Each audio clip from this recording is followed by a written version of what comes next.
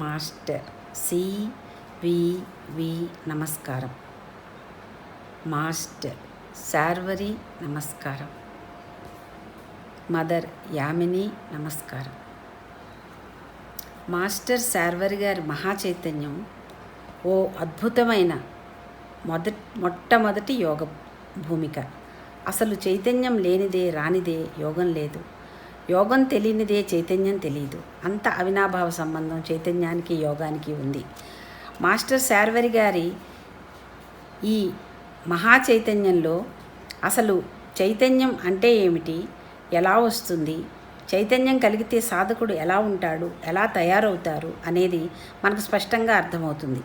అసలు మాస్టర్ శార్వరి గారి పుస్తకాలు వారి అనుభవాల నిధులు. ప్రతి పుస్తకం వారి అనుభవాలు అనుభూతులతో నిండి ఉండటం వలన అవి చదువుతుంటేనే వారి అనుభూతులు అనుభవాల మనవిగానే సొంతమవుతూ ఉంటాయి. అంత ప్రభావితం చేస్తాయి మాస్టర్ గారి పుస్తకాలు. వారు తమదైన నాలెడ్జ్ని మనకు తెలియజేయటానికి కానీ మన తమ పుస్తకాల ద్వారా జ్ఞానవంతులను చేయాలని కానీ ఏదీ ఉద్దేశపూర్వకంగా చేయలేదనిపిస్తుంది. వారు తమ అనుభవాలను అక్షరబద్ధం చేస్తారు. అవి ఎవరికైనా ఉపయోగపడితే మంచిదే అంటారు. నేను మా వారు యోగంలోకి వచ్చిన తర్వాత మేము మాస్టర్ గారి దగ్గర తీసుకున్న మొట్టమొదటి పుస్తకం మహా చైతన్యం. అదే దివ్య చైతన్యం అయింది రెండవసారి ముద్రించబడినప్పుడు. నాకు చాలా ఇష్టమైన పుస్తకం ఇది. తర్వాత చైతన్యం తర్వాత కలిగే స్థితుల్లానే కుండలిని రైస్ అయితే కలిగే శక్తిపాతం కలిగే తర్వాత కలిగే స్థితి సమాధి. తిరిగి సమాధి స్థితిలో నుండి చైతన్యంలోకి రావటమే మొదటి స్టెప్ ఆఫ్ సత్యయోగం అయింది. కనుక సత్యయోగం మాస్టర్ సివివి జీవిత చరిత్ర, ఆ తర్వాత ఆత్మయోగి సత్యకథ పార్ట్ 1 పార్ట్ 2, అలా ఓ సిరీస్లా అన్నీ అద్భుతమైన రచనలే. అవి చదువుతుంటే సత్య ప్రమాణంగా ఆ పుస్తకాలే ఓ శక్తిపాతాలు అవుతాయి. అయితే మహాచైతన్యం ఐహికం నుండి ఆముష్కం వరకు మౌన ప్రయాణం అని వారు మొదలు పెడతారు. సత్యాన్ని గుర్తించడమే యోగ పరమార్థమని ఆఖరి అధ్యాయంలో సాధనను గమ్యం చేరుస్తారు. ఈ మౌన ప్రయాణంలో ఆత్మను గురించి విచారణ జరపడం ఒక్కటే మార్గం అంటారు. విచారణ జరిపితే తప్ప ఆత్మతత్వం తెలియదు. ఆత్మతత్వం అనుభవంతో గ్రహించాల్సిందే తప్ప పుస్తకాల్లోంచి గ్రహించలేము. ఉపనిషత్తులు కొంతవరకు తెలియజేస్తాయి, కానీ అవి కంఠస్థం చేయటం ముఖ్యం కాదు. అవి చూపిన మార్గంలో విచారణ చేయాలంటారు మాస్టర్ శార్వరి గారు. ఆత్మ పరమాత్మలో కలుస్తుందా, చైతన్యంలో కరిగిపోతుందా, శూన్యంలో శూన్యంగా మారి లయిస్తుందా అన్నది మనంగా అనుభవించి గ్రహించడం ఉత్తమమైన పద్ధతి అంటారు మాస్టర్ శార్వరి.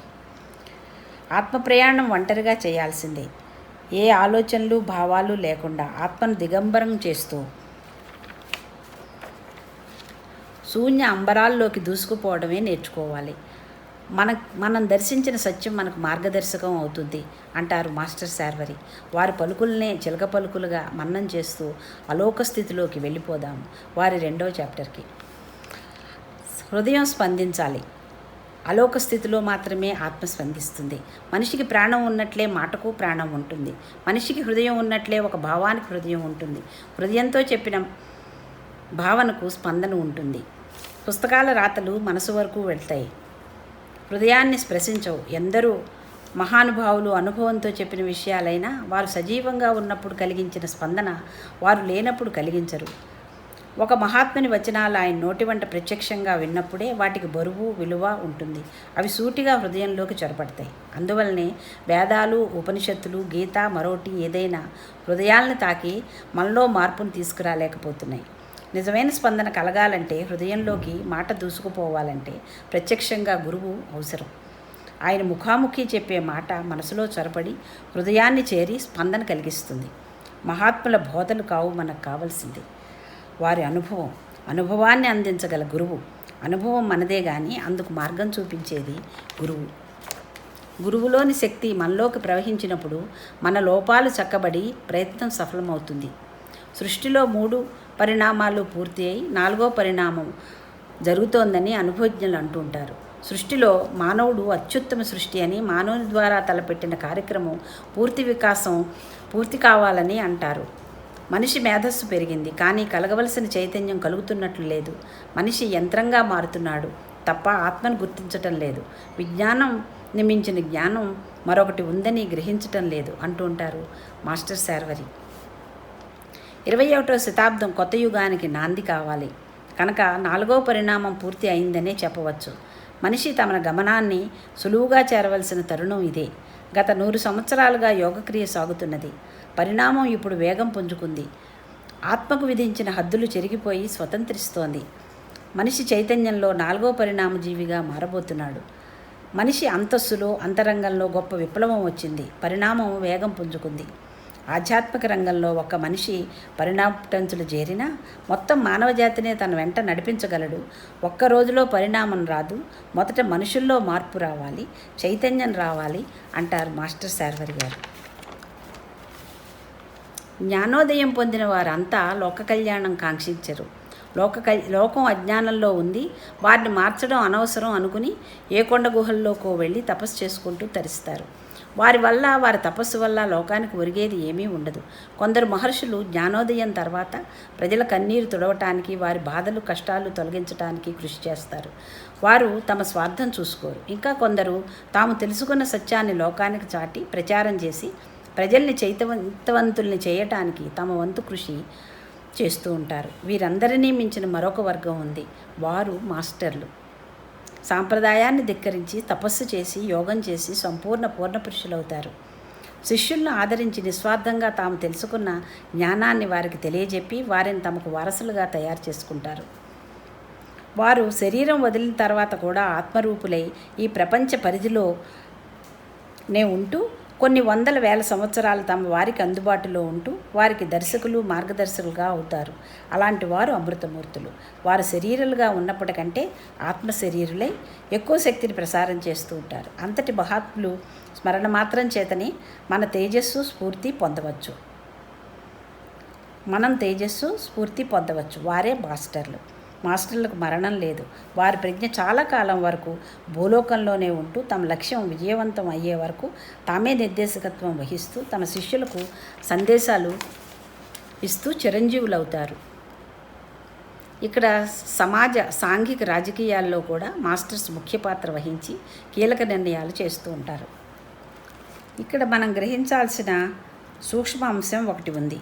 కొత్త మార్గాన్ని పయనించి ఆత్మశోధంతో తపస్సు చేసి సత్యాన్ని గ్రహించి దాన్ని నిర్దేశించగల ప్రజ్ఞాపాఠవాలు కొందరికే ఉంటాయి.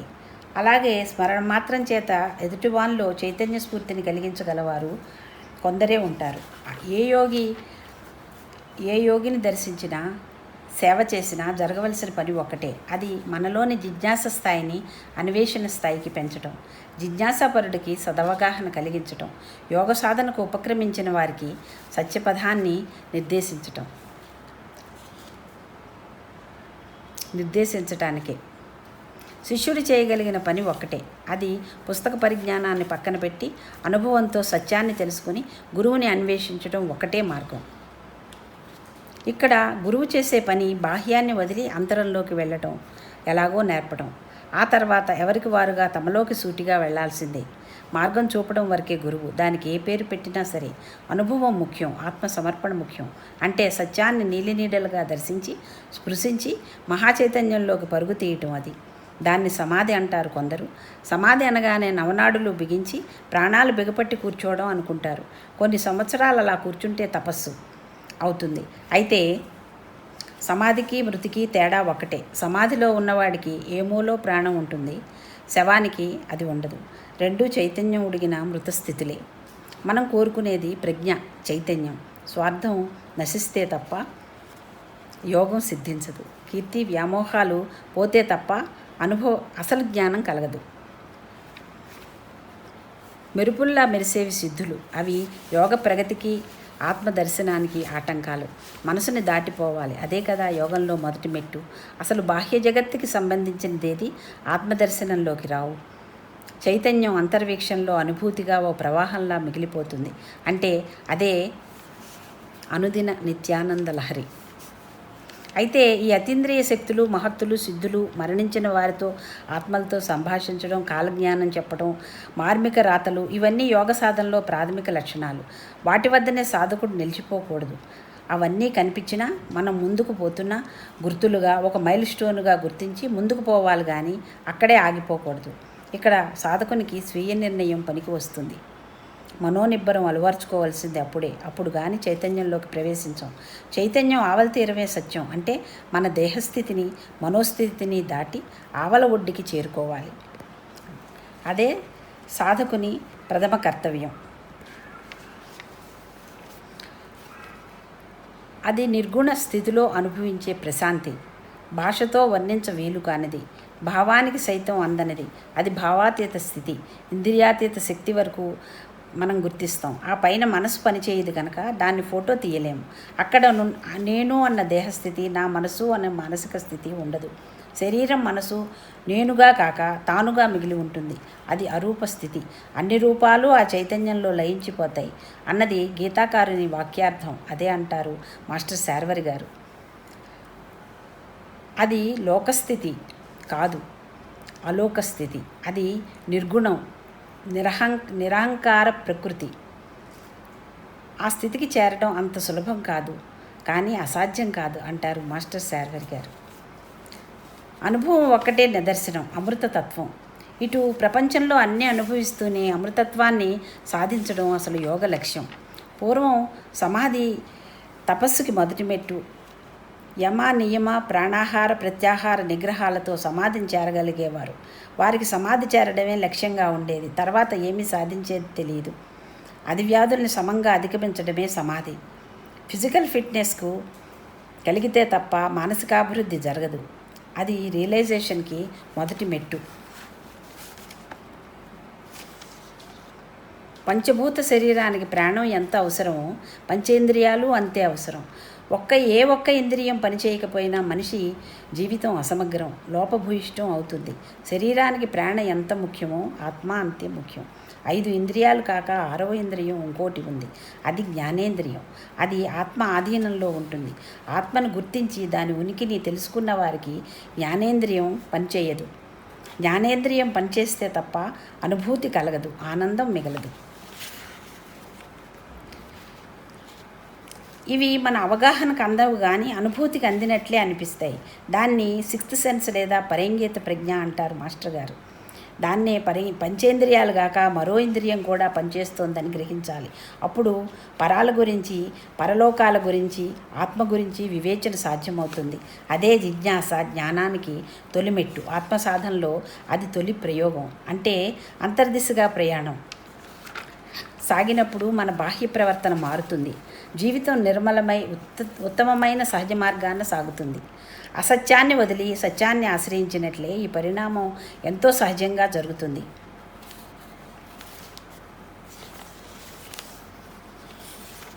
జ్ఞాన వికాసానికి ఆరంభమే కానీ అంతం ఉండదు. అలాగే చైతన్యానికి ఆరంభమే కానీ ఆవలతీరం కనిపించదు. సాధనలో అనుభవమే ప్రధానం. మన అనుభవమే మనకు మార్గదర్శకం అవుతుంది అంటారు మాస్టర్ శార్వరి గారు. ఇక యోగ భూమికలోకి ప్రవేశిద్దాం. కర్మఫలం అనుభవించాల్సిందే. మన జీవితం ఒక నాణెం. ఇహం ఒకవైపు, పరం రెండో వైపు ఉన్నాయి. ఈ వైపు నుంచి చూస్తే అవతలు కనిపించవు, ఆ వైపు నుంచి చూస్తే ఇటువైపు కనిపించదు. కానీ ఆధ్యాత్మిక దృష్టి అలవర్చుకుని 3వ కంటితో రెంటిని ఒకేసారి గమనించవచ్చు. అప్పుడు మనల్ని మనం స్పష్టంగా చూసుకోగలం. మన బాహ్యాన్ని ఎంత స్పష్టంగా చూడగలమో అంతరాన్ని అంత స్పష్టంగా చూడగలుగుతాం. మన ఇహపరాలకు మనమే బాధ్యులం. జన్మకర్మలన్నీ ఒక తెరగింద దాగి ఉంటాయి. యోగాగ్ని రగిలితే ఒక జన్మలోనే అవి సర్వం మసి అయిపోతాయి. అందుకే యోగం ధ్యానం, అందుకే తపస్సు.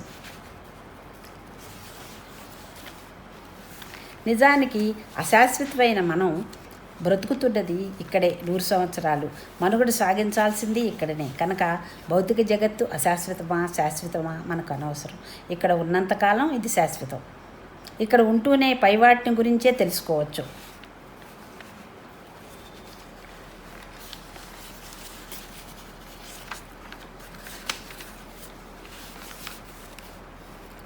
అలా స్థూల సూక్ష్మ మానస లోకాల్లోంచి స్వయిచ్ఛతో సంచరించగలగడం సమాధి అవుతుంది.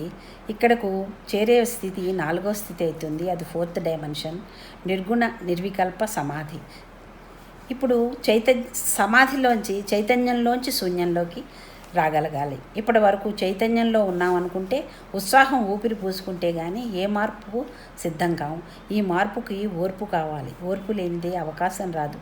అవకాశం వచ్చినప్పుడు దాన్ని వెంటనే అందిపించుకోగల విజ్ఞత కావాలి. అంతర్ప్రవర్తన సాధన వల్లనే సాధ్యపడుతుంది కానీ భేషజాల వల్ల కాదు అంటారు మాస్టర్ శార్వరి గారు. మన లోపలిగా ఎంత వేగంగా ప్రయాణించగలం, ఎంత అభివృద్ధిని సాధించగలం అని తెలుసుకోవటానికి బాహ్యంగా వచ్చిన మార్పే పెద్ద గుర్తు. అదే సంకేతం. బయట మార్పు రావటానికి లోపలి వైపు మారటం, బయట మార్పు రానిదే లోపల వైపు మార్పు రావడం అన్నది జరగని పని. పైకి దుర్మార్గంగా ఉన్నవాడు లోపల సన్మార్గంగా ఎలా ఉండగలరు? లోపల మార్పు ఒక్క సాధన వల్లనే, ధ్యానం వల్లనే సాధ్యపడుతుంది. మనసు కల్పించిన స్పందన అది చైతన్యం. అది 3 రకాలుగా పనిచేస్తుంది. కోరికలు, ఇష్టాలు, అయిష్టాలు అవి లేకుండా చూసుకుంటే అవే పోతాయి. ఇక్కడ మనం చేయవలసిన మహత్ కార్యక్రమం 3 భూమికలను విడదీయడం, స్థూల సూక్ష్మ మానసిక శరీరాలను విడిగా చుట్టడం. ధ్యానంలోకి వెళ్తే ఒక్కొక్క మెట్టే పైకి పోవచ్చు. ముందు భౌతికాన్ని మరిచి తర్వాత ఫీలింగ్స్, స్పందన లేకుండా చూస్తాం. ఆలోచనలు ఆగిపోతాయి. ఈ 3 దట్టమైన తెరలే. వాటి అడ్డు తొలగినప్పుడు చైతన్య వేదిక కనిపిస్తుంది అంటారు మాస్టర్ శార్వరి గారు. ఆ చైతన్య భూమికి మీద అడుగు పెట్టగానే మనల్ని మహాచైతన్యం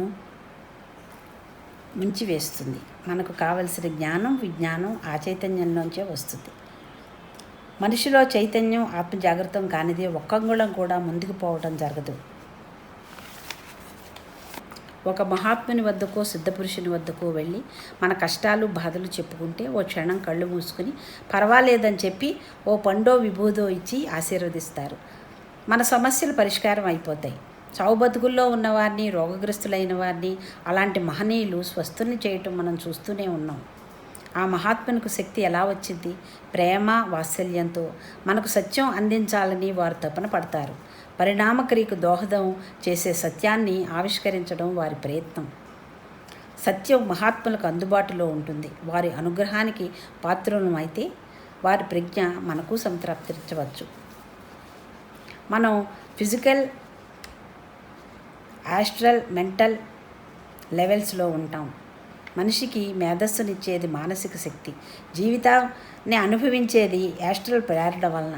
రెంటి ఫలితం రుచి చూపించేది భౌతిక శరీరం. ఈ 3 సమ్మేళనమే మనిషి వ్యక్తిత్వం. ఈ వ్యక్తిత్వానికి చైతన్యం తోడైతే అప్పుడు జేకే, మాస్టర్ సివివి వంటి వారు మనం తెలుసుకోవడం ప్రారంభిస్తాం. ఎంఎన్ శార్వరి మాస్టర్ ఇందుకు భిన్నం కాదు. శ్రీ గురుభ్యో నమః. చైతన్యం అనేది మనం యోగ సాధనతో పండించుకునే పంట. అది మన సొంతం. దానికి వారసులు ఉండరు. ఏ గురువు కానీ శిష్యులకు చైతన్యం ఇవ్వలేరు. చైతన్యం పొందే ఉపాయం చెప్తారు. దానికి ఎవరికి వారు సంపాదించుకోవాల్సిందే. మనసును మరిచిన వారికి యోగం దొరుకుతుంది. యోగంలో ఎత్తులకు ఎదగడం స్వయం కృషి, సాధన వల్లనే సాధ్యం. నేనెవరు, నా స్థానం ఏమిటి అని ఆలోచించగలిగిన వారికి వెంటనే విముక్తి లభిస్తుంది. అశాశ్వతమైన మనల్ని మనం శాశ్వతంగా మలుచుకోవడం యోగం. ఓ పట్టాన్న గురువు ఎవరికి దగ్గరికి రానివ్వరు. చాలా పరీక్షలు పెడతారు.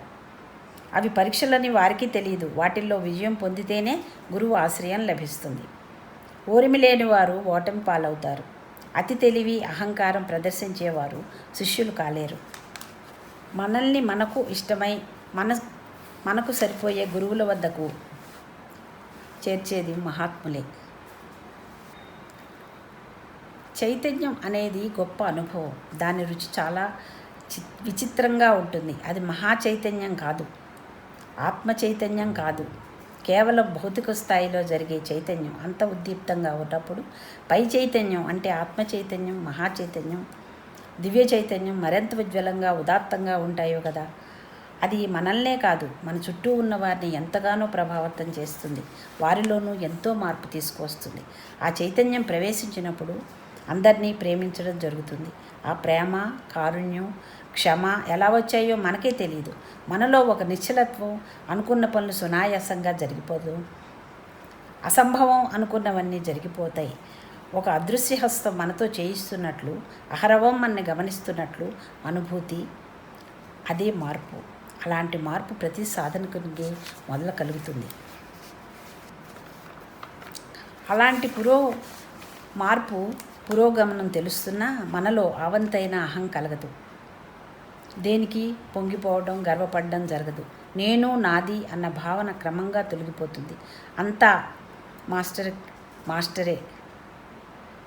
మాస్టర్ గారి కరుణ, గురువు అనుగ్రహం అంటాం. సదా మాస్టర్ కృతజ్ఞతలు తెలియజేస్తూ ఉంటాం. చూడండి, ఎంతో సులువుగా నేను, నాది అనే కర్తవ్యం పోయింది. నాది అనే ఒక అహంకార ప్రకృతి వీగిపోయింది. ఆశ్చర్యం, రోజురోజుకి అహంకారం తగ్గుతూ ఉంటే పరచైతన్యం ప్రవేశించి చివరికి మన నిండా చైతన్యం నిండిపోతుంది. ఏది నేను, నాది కాదు అనుకున్నప్పుడు మనం శూన్యంగా మిగులుతున్నాం. ఆ శూన్యభావనే శూన్యస్థితికి చేరటానికి సూటిబాట. గురు శిష్యులకు మధ్య ప్రేమ, అనుబంధం అనేవే యోగ సూత్రాలు. గురువు ఏమీ మాటతో చెప్పనవసరం లేదు, శిష్యుడు అడగనవసరం లేదు. గురు సన్నిధిలో కూర్చుంటే అదే యోగం. వారి మధ్య కలిగే స్పందనే చైతన్యం. అది మహాచైతన్యంగా పరిణమించడమే యోగ లక్ష్యం, యోగ గమ్యం. అది గమ్యం లేని గమనం.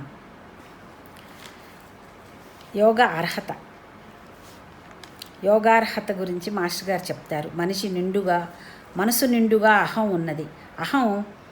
మనం అహంకారాన్ని జయించడం ఎలా? అది పోరాడి లాభం లేదు. మనలో చైతన్యం ప్రవేశించాలి. అప్పుడు అహం దానికి అదే పోతుంది.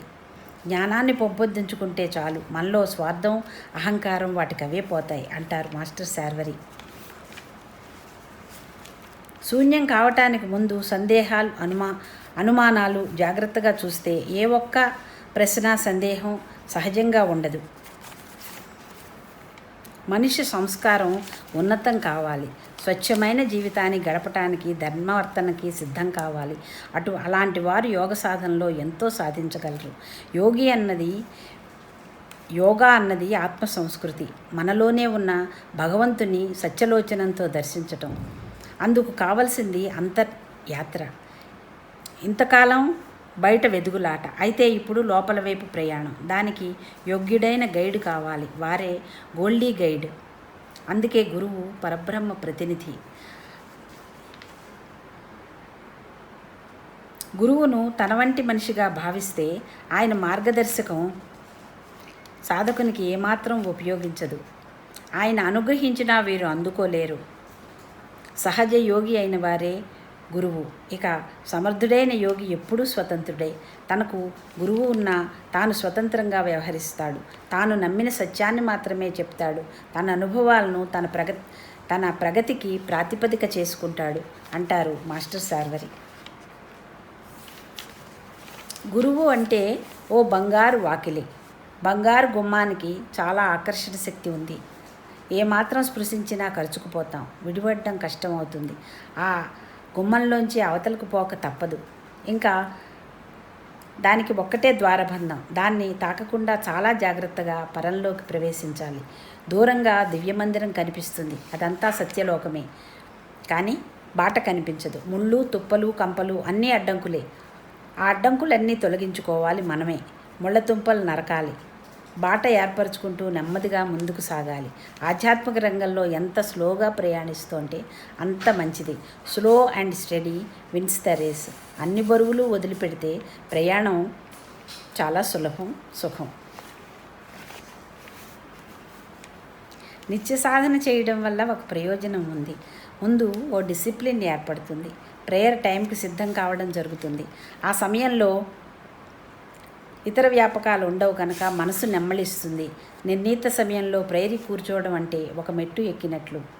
సమయపాలన దాని ప్రభావం చాలా సూక్ష్మంగా, బలంగా, ఉత్తేజంగా ఉంటుంది. మనకు గురువు ఉన్నారన్న స్మరణే జీవితంలో ఎంతో బరువు తీరినట్టు అనిపిస్తుంది. ఆ ప్రశాంతత ఏర్పడినప్పుడు ప్రేయర్లో అనుభవాలు రావడం ప్రారంభిస్తాయి. ప్రతి ఒక్క అనుభవం థ్రిల్లింగ్గా ఉంటాయి.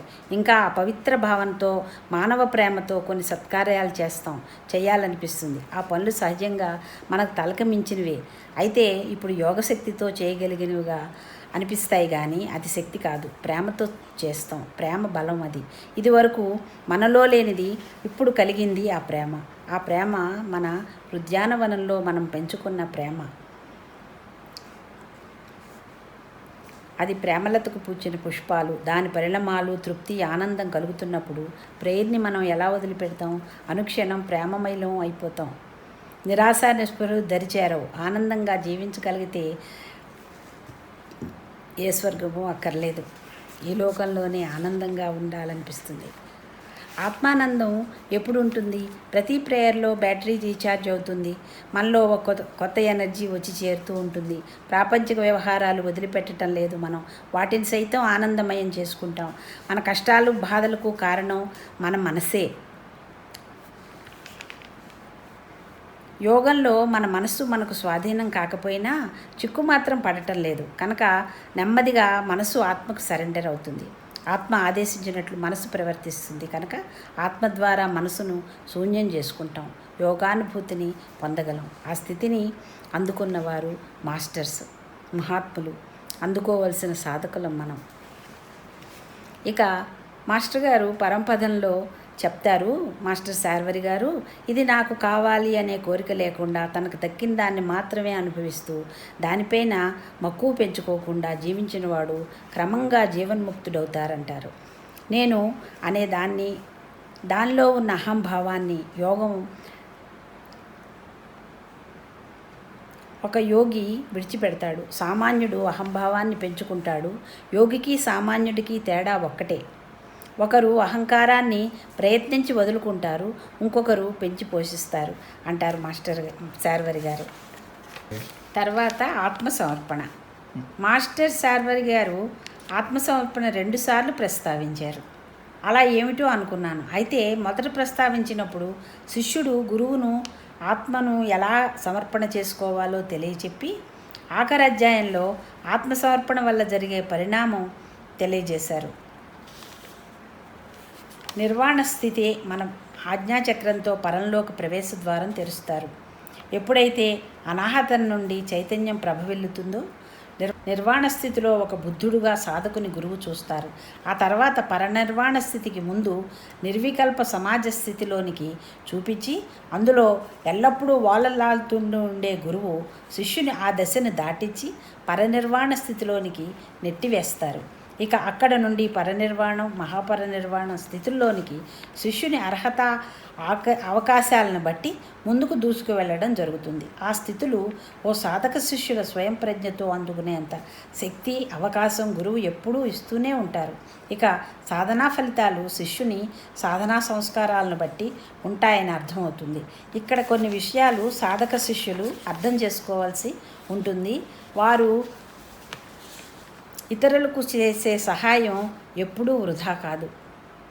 ఇతరులను ప్రేమించడం వల్ల యోగశక్తి పెరుగుతుంది. అన్నిటినీ వద్దని వదులుకున్న వారికి అన్నీ జరుగుతూ ఉంటాయి. ధ్యానంలో మనం పొందే శాంతి, పవిత్ర భావన మన చుట్టూ ఉన్న వాతావరణంలో ప్రతిఫలిస్తూ ఉంటుంది. ఒక పెద్ద దీపంతో ఎన్ని చిన్న దీపాలైనా వెలిగించవచ్చు. ఇంకా శార్వరి మాస్టారు సాధకునికి చెప్పిన సూత్రాలు ఇవి.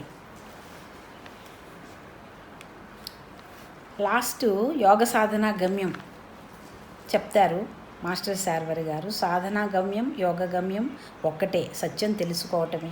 సత్యం ఆత్మకు ప్రతిరూపం, ఆత్మకు నెలవు, ఆనంద నిలయం. ఎక్కడ ఆనందం ఉందో అక్కడ ఆత్మ సంచరిస్తుంది అంటారు మాస్టర్ శార్వరి. ఇహంలోనూ పరంలోనూ ఆనందం అనుభవించడం అంటేనే సచ్చిదానందం, సదానందం, తర్వాత చిదానందం.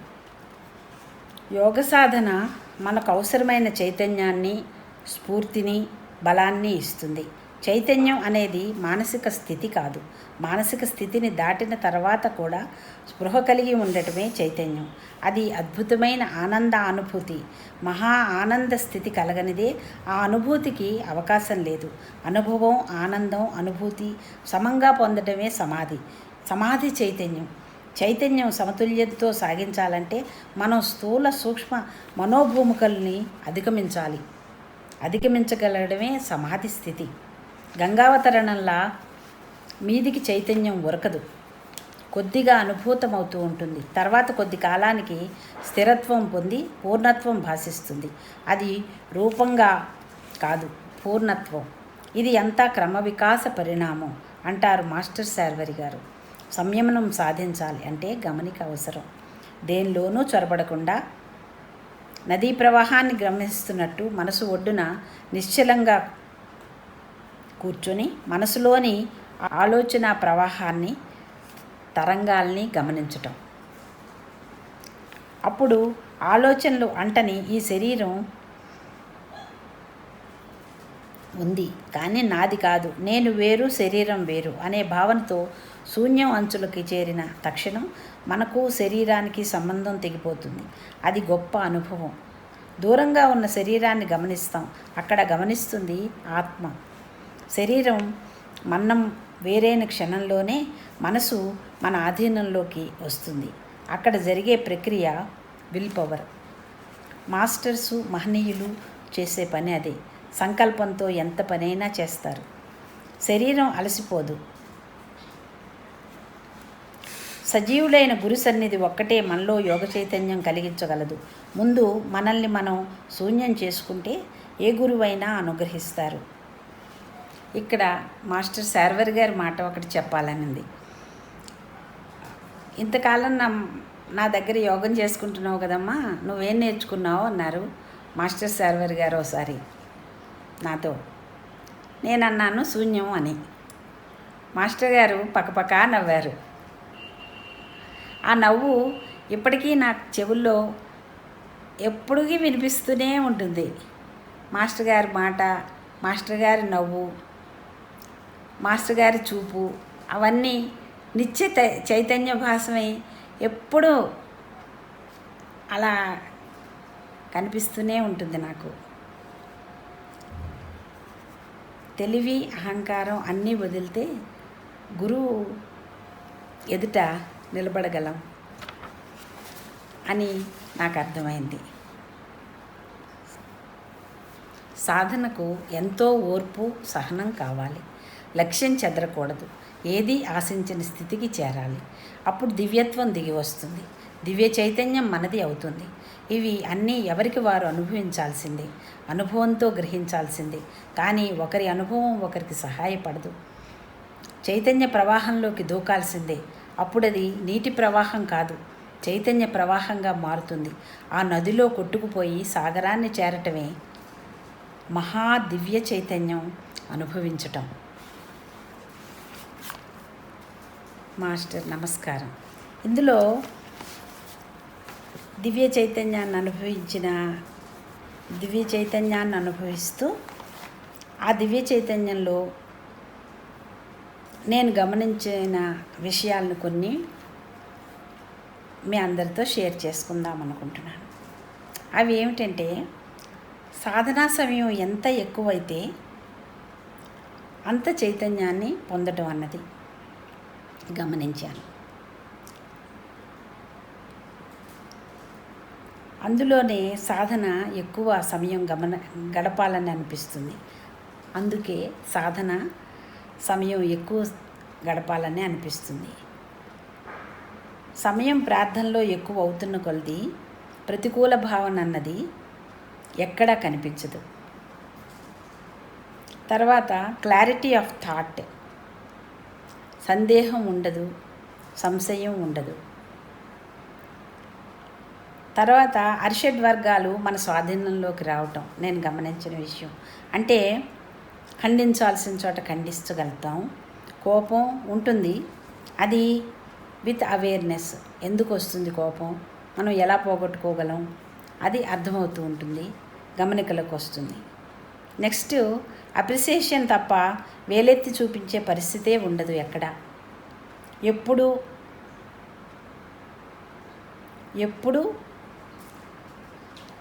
ఆనందం మనకే కాదు, మనం చుట్టూ ఉన్న చోట అంతా ఆనందంగా ఉంటుంది. సంతోషమే కానీ స్తబ్దు అన్న వాతావరణం ఉండదు ఎక్కడ. ఆనందంగా ఉండటం అలవాటైపోతుంది. ఈ యోగ ప్రపంచంలో 30 సంవత్సరాల నుంచి ఇదే ఫాలో అవుతున్నాను. నేను ఫాలో అవుతూ సంతోషంగా గడపగలుగుతున్నాను అంటే అది కేవలం మాస్టర్ గారి యోగ చైతన్యం, మహాచైతన్యంలోని మాస్టర్ గారి దివ్య కరుణ, దివ్యమైన వారి ఆశీస్సులతో గడపగలుగుతున్నానని చాలా సంతోషంగా చెప్పగలుగుతున్నాను. మాస్టర్ నమస్కారం.